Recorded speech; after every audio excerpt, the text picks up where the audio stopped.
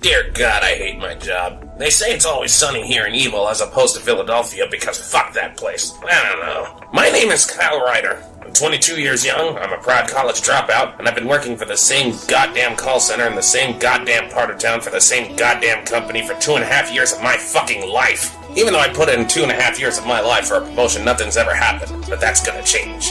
The company party is going to be held at Big Jim's Bowlerama, a place where you can drink beer, bowl with your chums, and legally pee in the drinking fountain. And that's where I'm going to hit it. I'm gonna seduce my supervisors and fuck my way to a promotion. I don't care if I have to sleep with Doki the Talking Donkey. I'm getting that promotion, goddammit. It's the American way, and if I don't do it, that smelly-ass Hawaiian piece of shit will. It's business as usual here in Decker Industries where you get decked. I call up small businesses and ask if they want to participate in an economic survey. Usually I get 1 or 2 completes, which is par for the course in an 8-hour shift. But not for Jason. Jason's finishing up his usual shtick. If you don't participate in this survey, then I'll call you in the next 10 minutes. And then another 10 minutes. And then another 10 minutes. And then another 10 minutes. Until you perform that damn survey. What's that? You want to be on the do not call list? You poor fool.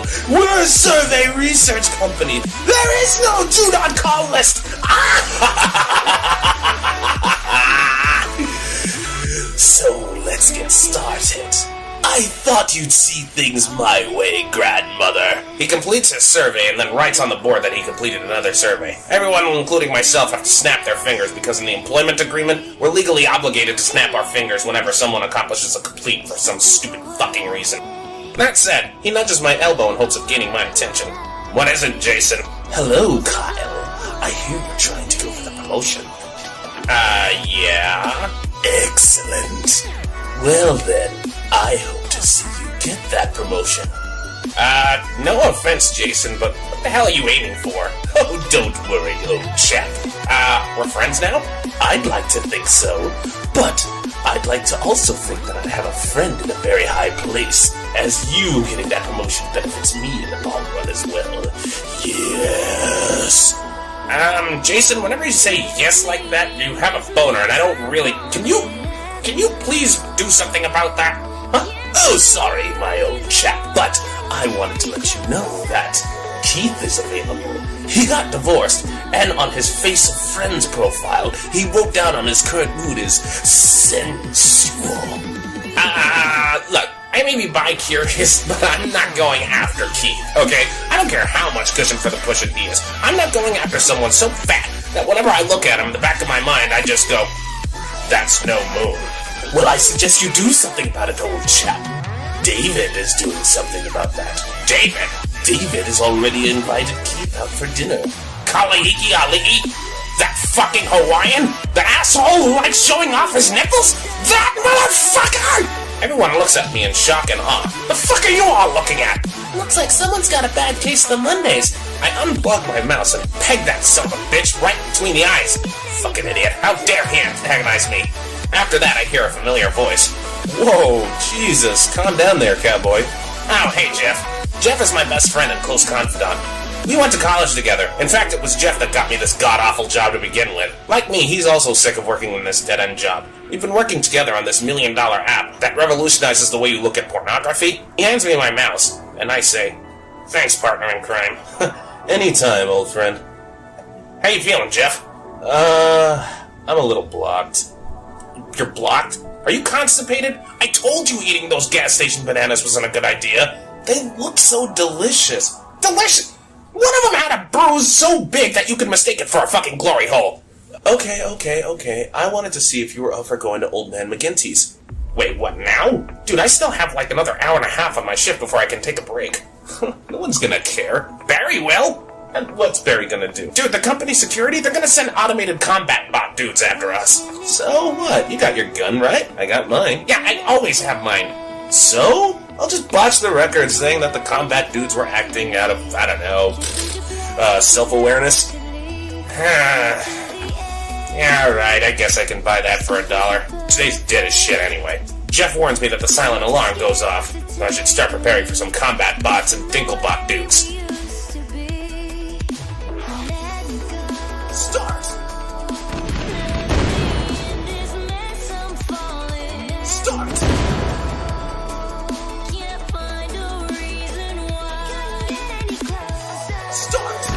We make it to Old Man McGinty's coffee shop in Delhi. God only knows why the FDA hasn't shut him down. I mean, even though he's been in business for over 50 years, every day of that fucking 50 years, the man has his hand down his pants, publicly masturbating. I mean, yeah, his food tastes great and all, but he's gotta be paying someone off. Anyway, Jeff goes up to him and says, "Excuse me, Old Man McGinty? I'm kind of constipated. Do you have any food that'll take care of that, or a laxative or something?" Of course I do, you whippersnapper. I have my patented dynamite chili, made with ghost peppers, volcano beans, and ground up laxatives. At best case scenario, you'll be able to get into the restroom. But on worst case scenario, it'll make you explode worse than the Challenger. Well, alright, I guess that sounds fine. Hey, you want anything? I'll just take a small cup of Java. What? That and a small coffee, please. Yes, of course. Old Man McGinty, any chance you can hand it to us not using your left hand, considering, where it is? It's in my pocket! Yeah, but you're always bragging about your dong size. Now? What? Do you really think I don't jerk off with my right hand, you young whippersnappers? Ho-ho! I masturbate furiously with both my hands, and I don't know why you're taking offense to this. You can tell a man's character by the size of his breasts. The smaller the pair, the weaker the character. McGinty, what the fuck are you talking about? Dude, Kyle, don't question. Remember that last time when he was talking about how lavender should be added to the rainbow? It just went off in an hour to rant about that shit. Just nod and say yes. Yes, sure. Sorry, McGinty. Can we just have our stuff? Very well, boys. Enjoy, and remember my motto. If it's edible, then there's gotta be some way to fuck it. Jeff and I grab a seat overlooking the call center. At first, we were weirded out by the fact that our, containers were kind of sticky, but we don't question that because we really don't want to see those skeletons in that closet, and just ignore it and start eating away at our stuff. Well, Jeff eats his chili. I drink my coffee. I can't eat coffee, obviously, literally. Anyway, we start talking about random shit, then shift the conversation over to our pornography app. As the conversation progresses, Jeff spots Lorna in the corner of his eye and signals her over here. I get angry and say, "Jeff, what the fuck are you doing?" "What? I don't want to talk to Lorna." "Why? Because she's a part of that thing across the street?" "Thing across the street? It's a sex cult, Jeff!" "Sex cult, schmex cult. It's a tax-exempt church." Hey, don't argue semantics with me. Look, I thought you might want to infiltrate that place anyway. Catherine's a member now. Catherine?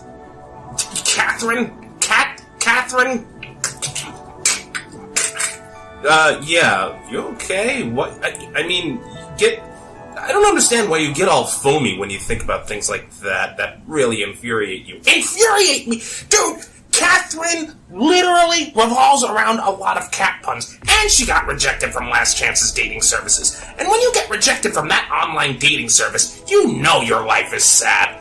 Look, hey, she's your supervisor. You want to go for that promotion, right? Well, yeah, it's just, dude, swallow the pill. It's no big... Oh, God. Jeff, are you okay? Dude, oh, God, it's poking. I gotta go to the bathroom. Jeff scurries off. Well, actually, scurries off is kind of an understatement. He rolls around at the speed of sound in the direction of the fucking bathroom. Man, that chili really does hit hard. Either way, Lorna comes over, and I say, "Hello, Lorna." "Hello, Kyle. It's so good to see you. Handsome again, as usual." I didn't think of a time in my life where I wasn't handsome, but thanks for the compliment. Lorna's always had a crush on me. To be honest, I kinda did too, up until she became part of that sex cult thing across the street. I mean, for God's sakes, they literally have a commandment where you have to wear sandals and socks when you enter the bed temple. Whatever the fuck that is. How is everything? Fantastic. Thank you for asking, Kyle. Did you hear? We recruited Catherine. Oh, yeah. Bet she's, driving you crazy with all those cat puns. Oh, quite the contrary, Kyle. Really? Yeah. You see, we're making her soft kitty purr, purr, purr. I see. Well, that's, nice, I guess. Thank you. You should join us, you know. We're having our introductory nooner orgy tomorrow at noon. Obviously, I mean, you did say it was a nooner. Don't interrupt me, sorry. And you should come along. We have a free buffet of all-you-can-eat chicken from Mother Clucker. Well, I don't know. It's just... To be honest, Mother Clucker chicken was never really my cup of tea. Though, to be fair, I am partial to trying their new All-American chicken tits. I know, I've heard. I know your favorite food is the TF2 sub from Sub Tours, which is why I secured a 2-foot-long sub just for you. Oh, gee, thanks, Lana, that's really nice of you. Anytime, Kyle. Well, wait a minute. 2 questions. Shoot. Don't they need a professional headshot as well as a 500-word essay as to why I should be included into your little, church? And 2, how do you know what my favorite food is? Oh, don't worry about that, Kyle.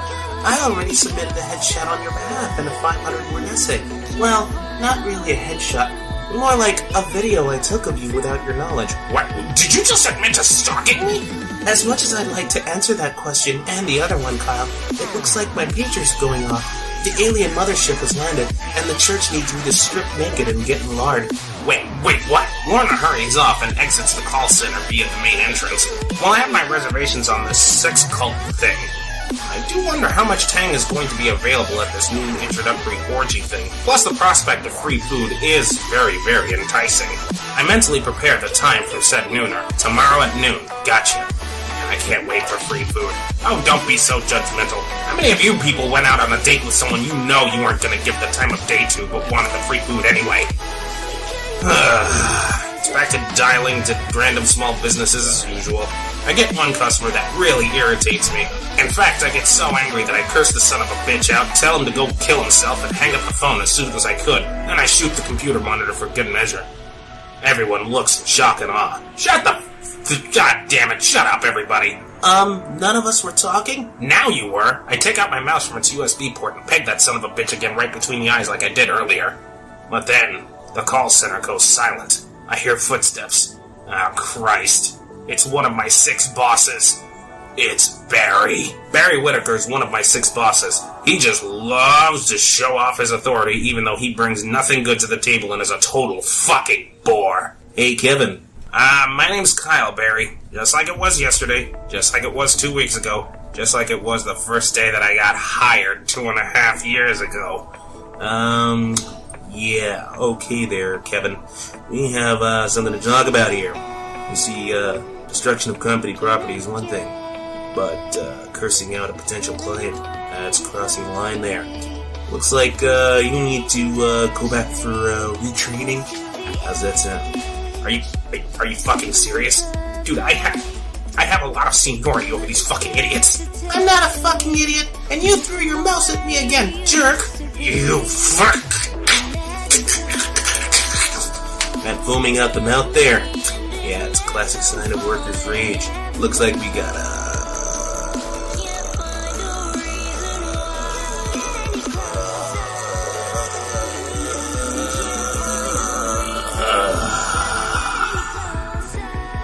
Did you just fart?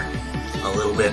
We gotta curb that rage, so then we'll meet at the training room. Ah, fucking course. I've been let into the training room. Dear God, I never thought I'd see this place again. I mean, I've been working here for 2.5 years of my fucking life. God, I'm starting to sound like the intro, aren't I? Anyway, the training room is where new hires go to train. You know, learn the systems, learn the script, learn their shtick, and all that crap. I take a seat in front of the widescreen TV because, of course, I fucking have to. Barry then says, Okay there, Kevin. It's Kyle. Yeah. Anyway, I'm gonna play a video on workplace rages and how you can calm those rages.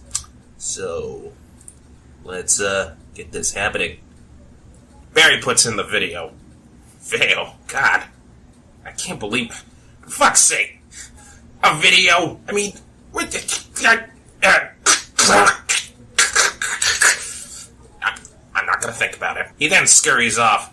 My God, he really doesn't want to watch this training video, but then again, who does? Oh, shit. We're doing this, aren't we?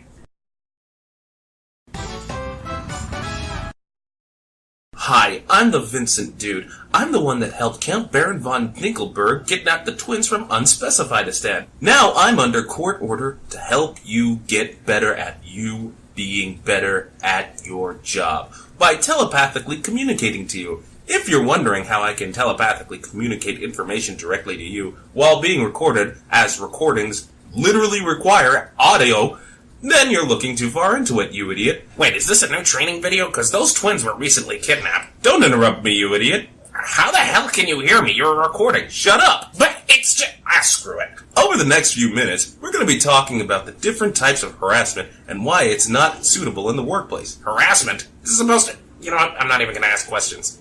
Good. You see, harassment in the workplace was fairly common and encouraged back in the 1950s. And in certain modern-day nightclubs, and strip clubs, and pornography, and comedy stylings, and pretty much all of spring break, and food. And, well, you know what? It's still around. But the thing is, America is growing.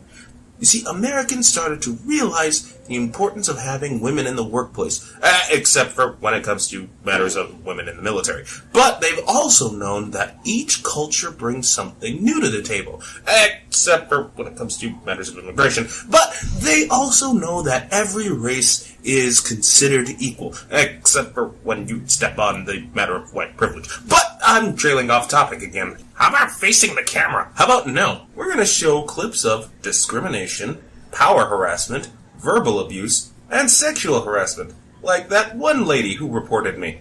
That fucking bitch. Her ass was hanging out. Tell you she was fucking asking for it. I mean, roll the clip. Discrimination.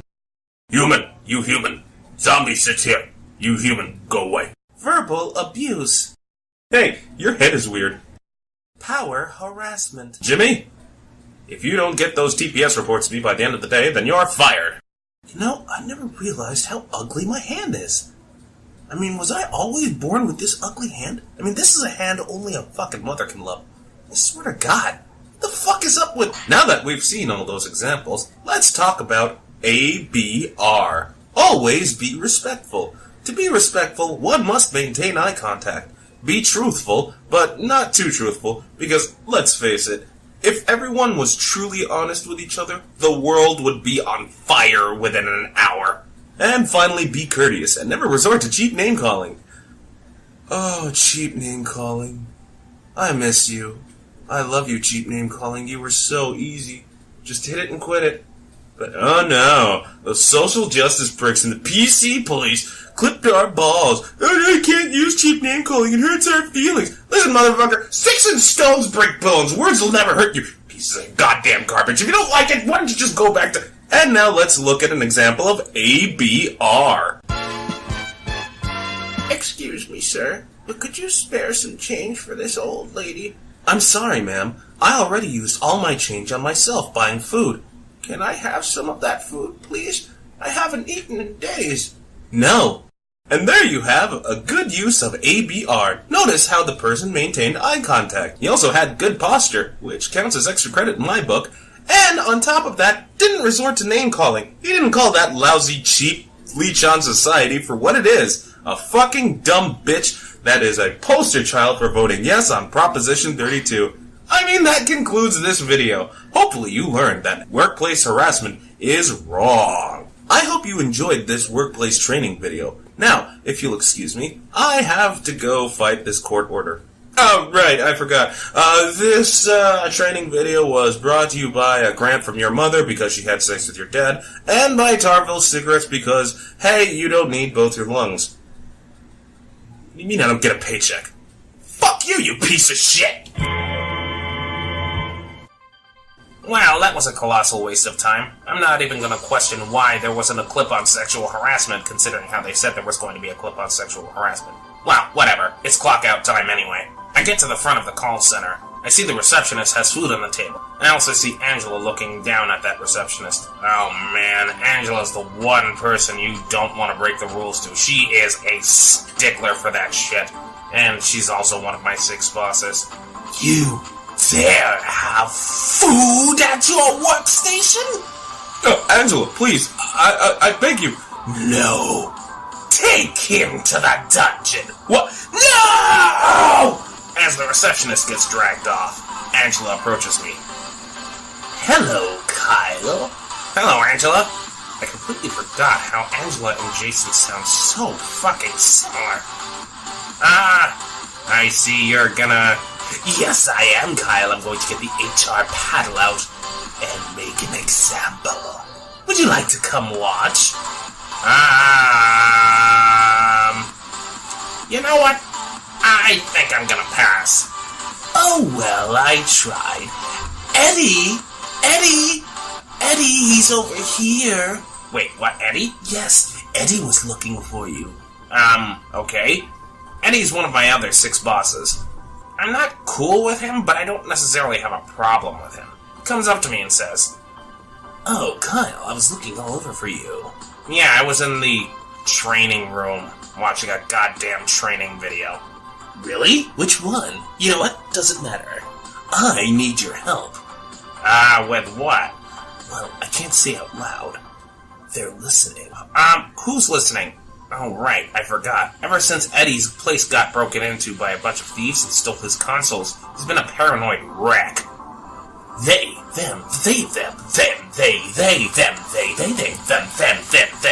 But, just listen to me. I need you to meet me tomorrow at noon. I know you start at 3. Well, you are starting at 3, right? Yeah. It was by special request. Why am I coming at noon? And why do you have that look in your eyes? Because I need you to meet me tomorrow at the back of the call center. The back? Are you serious? The back of the call center is forbidden from all us call center agents. Getting caught going back there means we get to go to the HR dungeon. I really don't want to feel Angela's paddle. Eddie, do you realize what you're asking of me? I know. But there's $500 in it for you, and I'll help you get in good with the other supervisors for that promotion. After all, it's no secret that you're trying to go for the promotion by trying to seduce one of us. How the hell do so many people know that? Well, you can thank Jason for that. Jason? What the fuck? How's that? Jason told you? What the hell, Jason? Looks like I gotta confront someone. You can do that on your own time, Kyle. Besides, if you're lucky, I might just let you ride my unicorn. Unicorn? Is that the name you have your dick? Yep. Well, to be fair, I am kind of bi-curious. And Eddie's slender frame is, kind of... I could go with that. I don't know, Eddie.